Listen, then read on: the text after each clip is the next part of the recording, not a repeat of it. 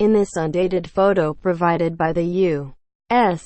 Air Force, Brig. Gen. Kenneth N. Walker, commanding general of a bomber command in the Southwest Pacific, poses for a photo in front of his tent office in the field.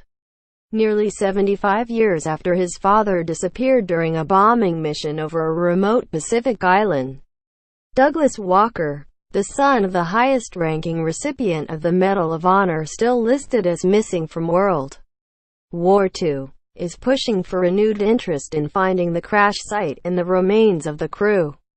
AP photo, USAF, Albany, NY. Nearly 75 years after Brig.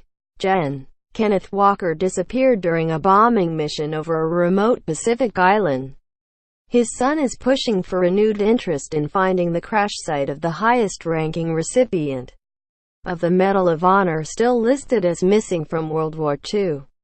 Walker was posthumously awarded the military's highest decoration for repeatedly accompanying his units on dangerous bombing missions, including his last, when he went down with 10 other men in an Army Air Force's B-17 over the island of New Britain.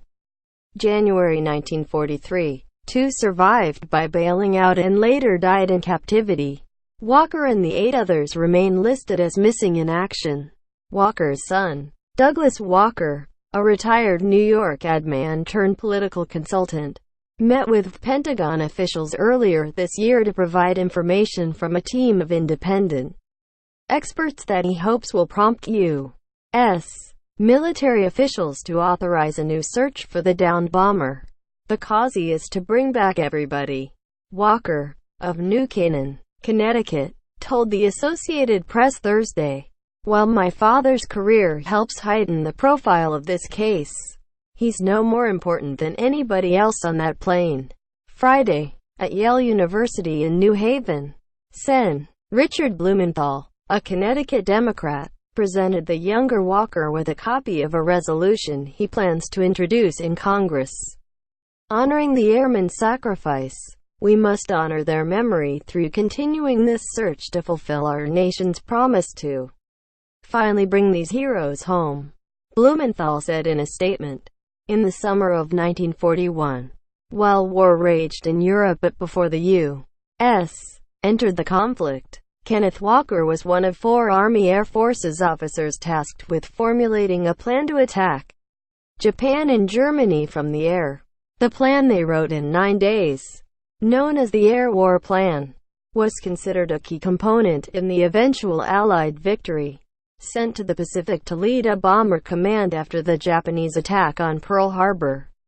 The 44-year-old Walker was known for going along during bombing missions, something few generals did. It earned him the respect of the bomber crews but proved to be his downfall. During a mission over New Britain on Jan. 5, 1943, he was flying as an observer aboard a B-17 nicknamed the San Antonio Rose when it was attacked by enemy fighters. Other bomber crews reported last seeing the plane with one of its engines burning and Japanese fighters in pursuit. The B-17's co-pilot and another officer serving as an observer parachuted from the plane and landed in the jungle. They were captured, interrogated and later executed or died in a prisoner of war camp. Wartime searches for the plane's wreckage turned up nothing. All 11 members of the crew were officially declared dead in December 1945. None of their remains have ever been found. Douglas Walker said he has been trying for more than 25 years to get the U.S. military to search for the crash site.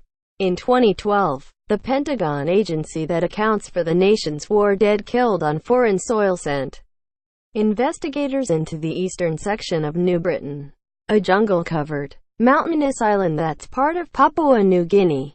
But Walker says an independent team of World War II experts contends the crash site actually is in the rugged mountains miles from the area the U.S.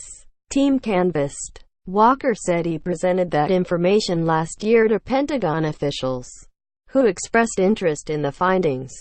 But he said that by the time a follow-up meeting with representatives from the Defense POW accounting agency was held last summer, that interest had waned. DPAA didn't respond Thursday to a request for comment on the San Antonio Rose case, but in response to inquiries made by the AP earlier this year, the agency said the independent team's theory on the crash site's possible location is plausible.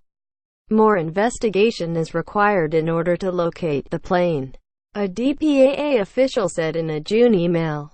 Sarah Winta's Aunt Eloise was married to Lt.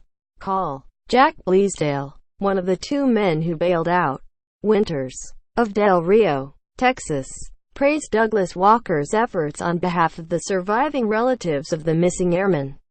"I just have such respect for him and the work he's done," she said. Walker was 13 days shy of his 10th birthday when his father's plane disappeared. His brother, now 90, lives in Toronto. Douglas said if the Pentagon won't actively look for the San Antonio Rose, he may consider organizing a private search effort. "I don't want to give up," he said. "I'm 84 and I think at some point we have to find some way to make it happen." Quote,